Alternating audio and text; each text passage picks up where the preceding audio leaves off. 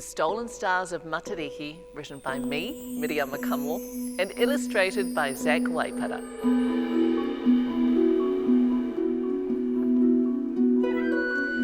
Behind dusty orange hills, where the sky stretches down to the sea, there's a magical, wild, windy place called Te Matahapuku. Some people call it Birdling's Flat. Te Rerehua and Sam often stay at Te Matahapuku with their grandma and Paua. Te Matahapuku Beach isn't sandy or shelly. Te Matahapuku Beach is stony. It's made of trillions upon trillions of grey stones.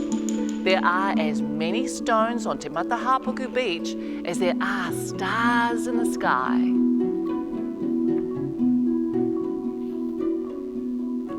Te Rerehua and Sam love to search there for special stones called agate. They're tricky to find, but worth it.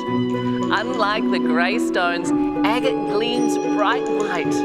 If you hold it up to the light, it's as if you can see right through it. At night, the two children dress warmly and go eeling with Grandma and Paua. Paua uses his torch and gaff to catch the eels.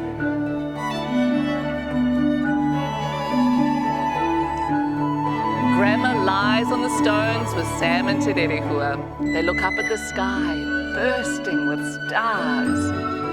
As Paua's gaff splashes into the water and the wind whips about their cheeks, Grandma tells the children stories.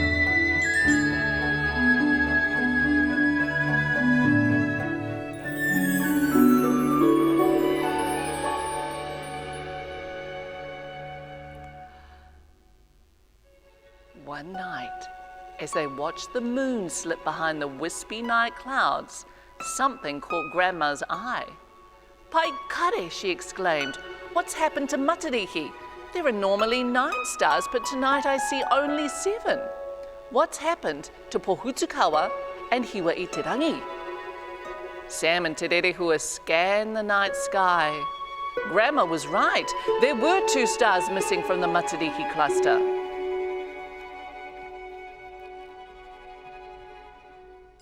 "Oh dear, I know what's happened," said Grandma. What, Te Rerehua asked breathlessly. "It's those blimmin' patupaerehe that live up in the hills.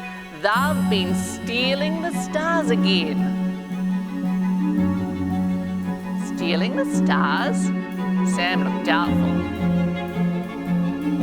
Grandma pulled the children in close. "You know how you go searching for agate? Well, they're special because they're tiny pieces of star. The patupaerehe steal the stars and hide them among the grey stones of Te Matahapuku. That's why they're so hard to find."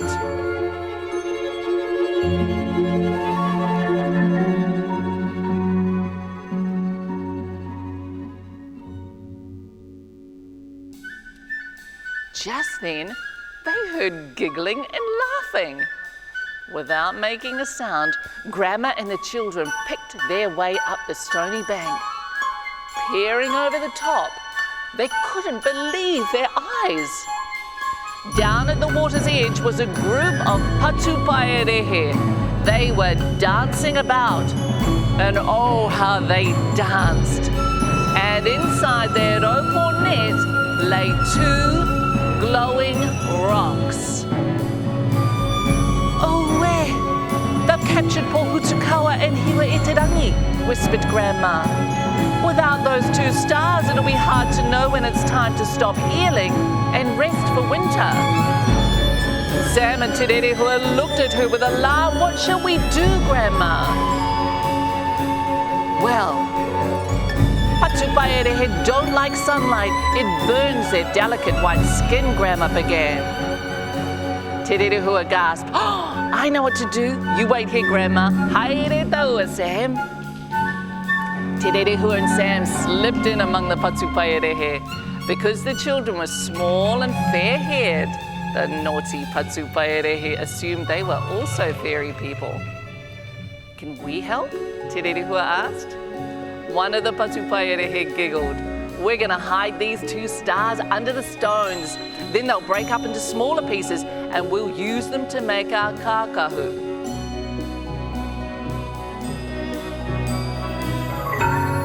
You make your clothes from the stars, exclaimed Sam. Yes, the impish Patupaerehe crowed as they twirled about in their glittering korowai. We can help, just tell us how, said Te Rerehua.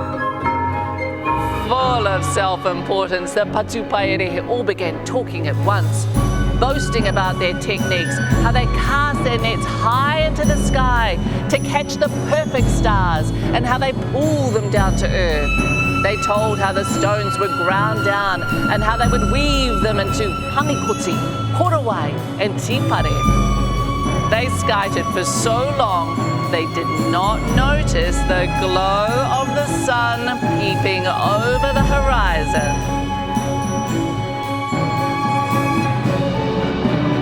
Oh, look, said Sam casually. It's nearly daytime.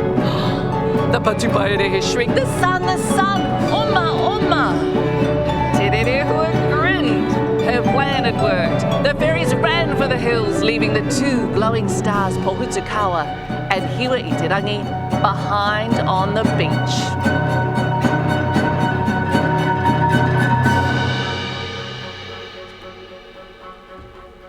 Grandma Poa, Te Rerehua called.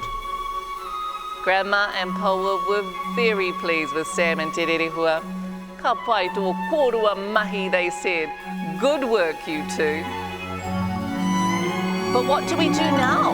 Te Rerehua asked. Grandma looked fondly at Poa. He knew just what to do. Poa hooked Pohutukawa with his gaff. Stand back, he said to the children. Poa heaved Pohutukawa high into the sky. The star made a shining arc across the dawn sky as she bumped into the other stars, then took her place. Poa did the same for Hiwa Iterangi. As the sun began to rise over the ocean, the two sister stars twinkled happily. Sam and Te Rerehua waved back. The 9 stars of Matariki were back together again. Grandma, Te Rerehua and Sam helped Poa carry a sack of newly caught eels home. The sun would dry the eels nicely on the rag. It was going to be a great day.